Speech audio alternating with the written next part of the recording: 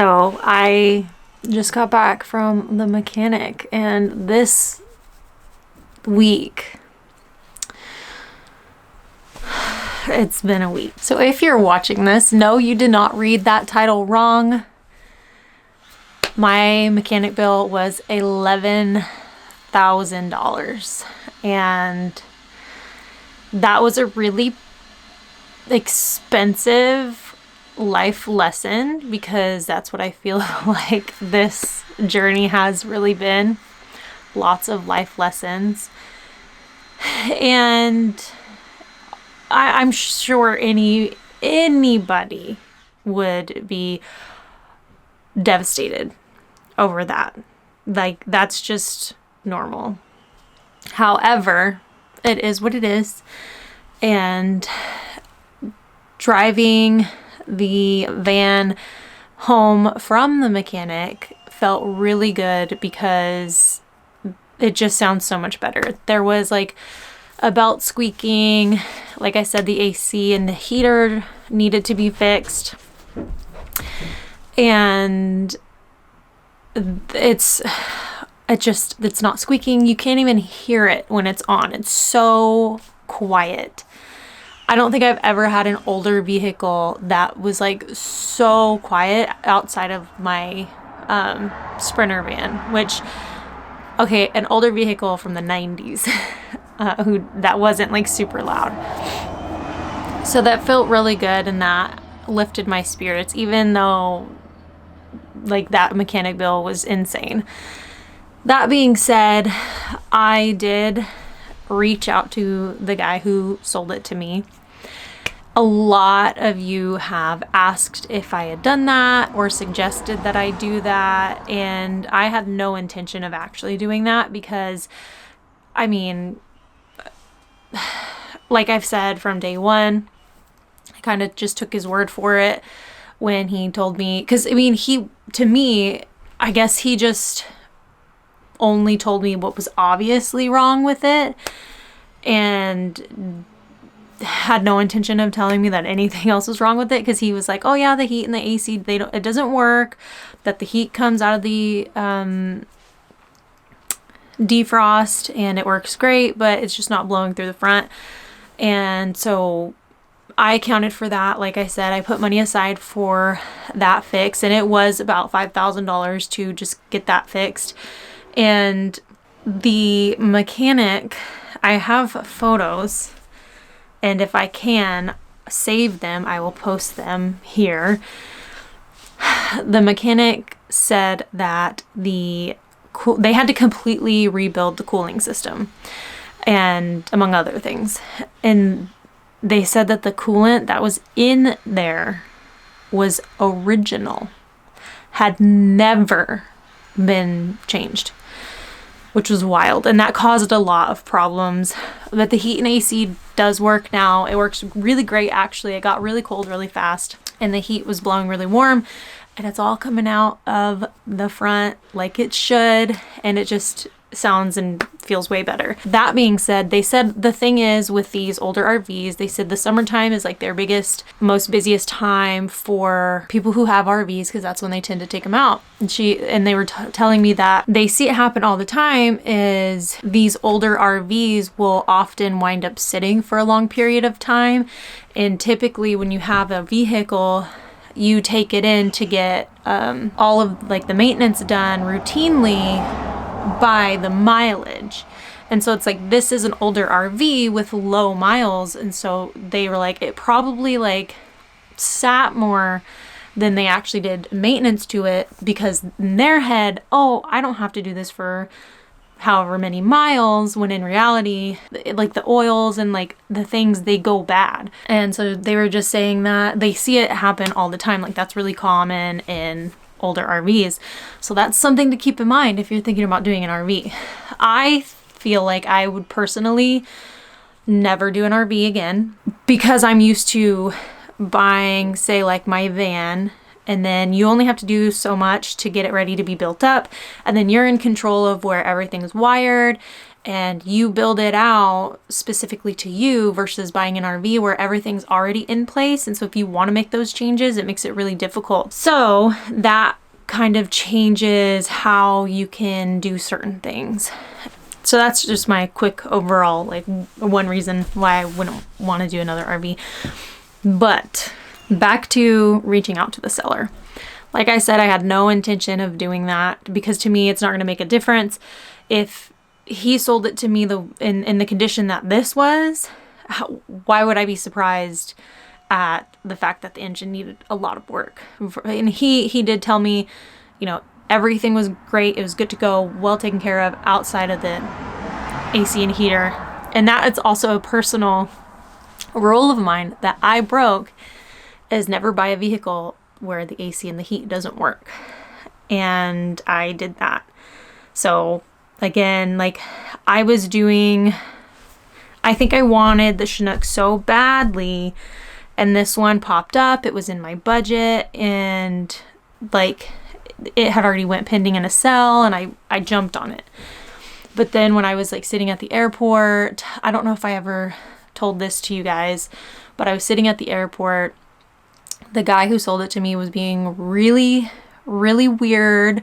I'm flying there by myself with a bundle of cash, and like, I was like, I need an address, because typically when like we sell a vehicle and someone's flying in, we will pick them up or meet them at the airport to where, like, for example, if Isaac was selling a bus and they were flying in for it, we would meet them at the airport in the bus and then do everything there at the airport, and then we drive away and, you know, they go their own way, or we do it at the bank.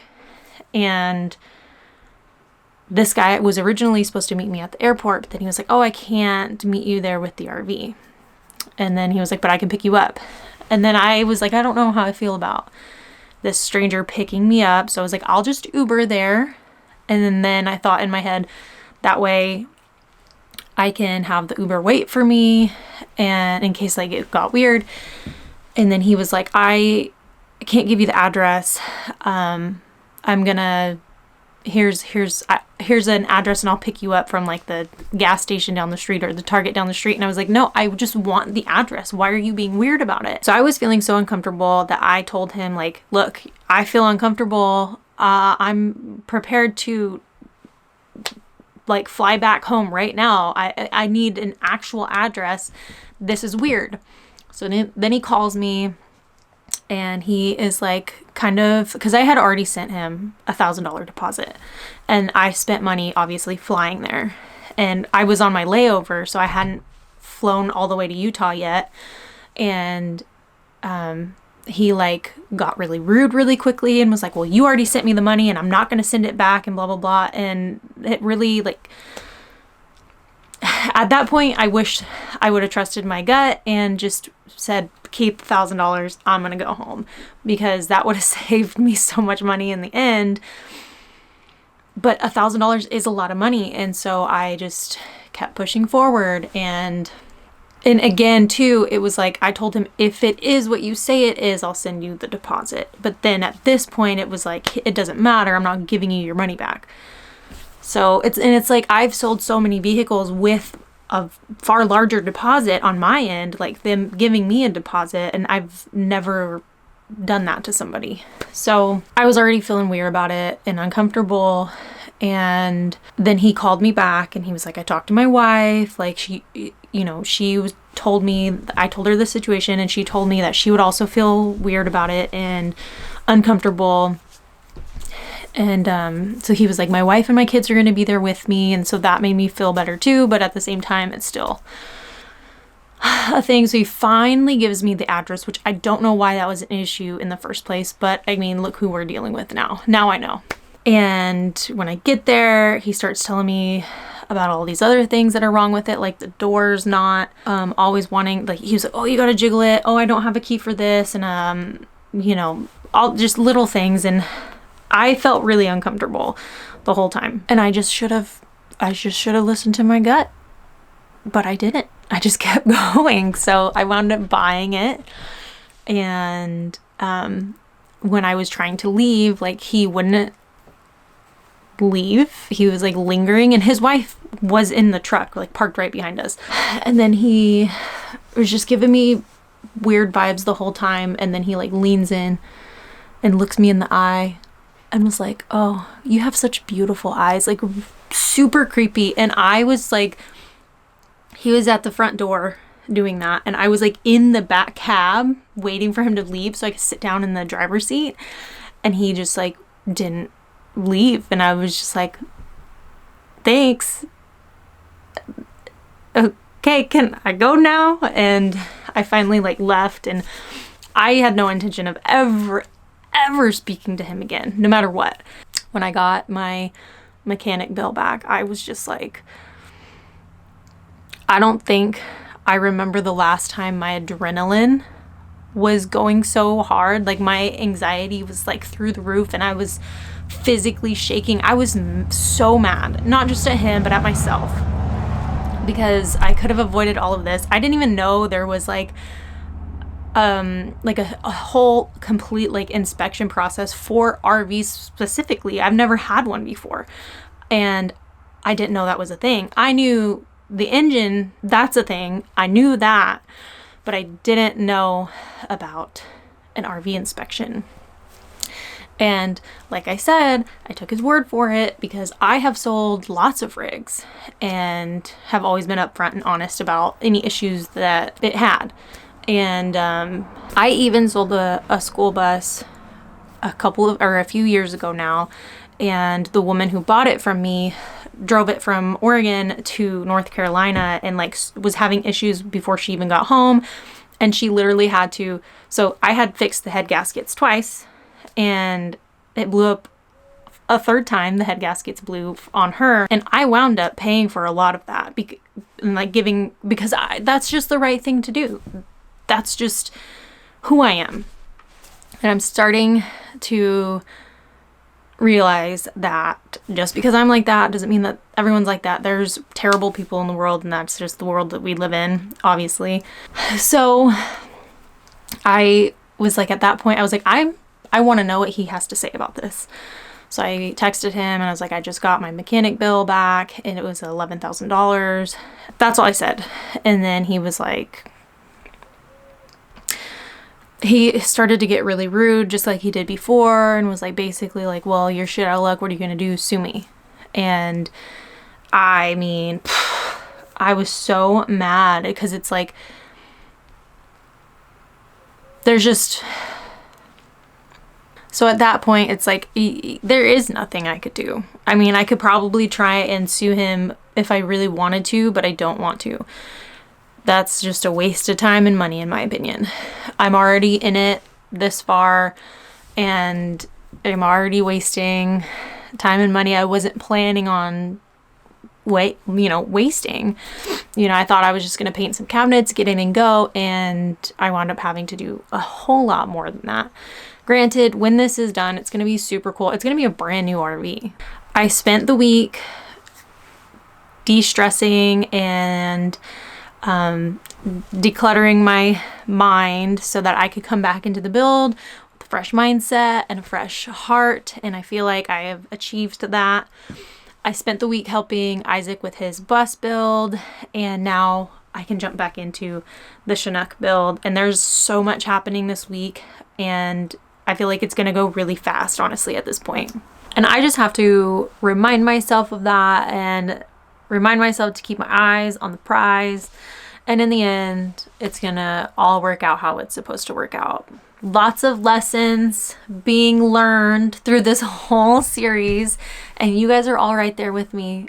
So if you feel like this is a train wreck you can't take your eyes off of, I'm just glad that you're here. And if you're just here to cheer me on, I appreciate you. And for anyone who gets mad about like all the stuff that sucks about everything that's going on, like this is my life, and it's not always sunshine and rainbows. Like, there's things that happen in life, like any influencer on any platform, that you watch, if they're happy and their life is happy all the time, that's not real. That's not realistic.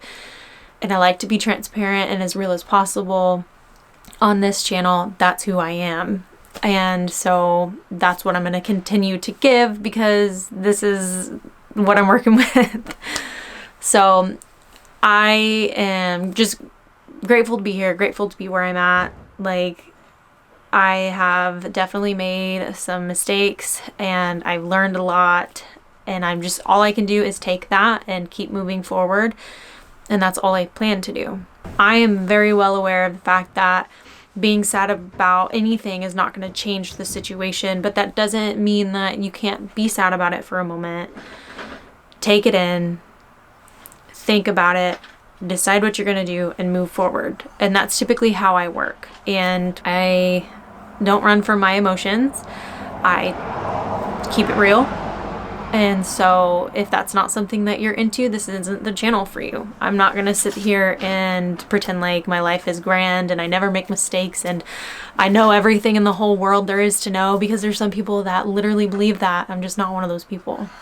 And so I'm not going to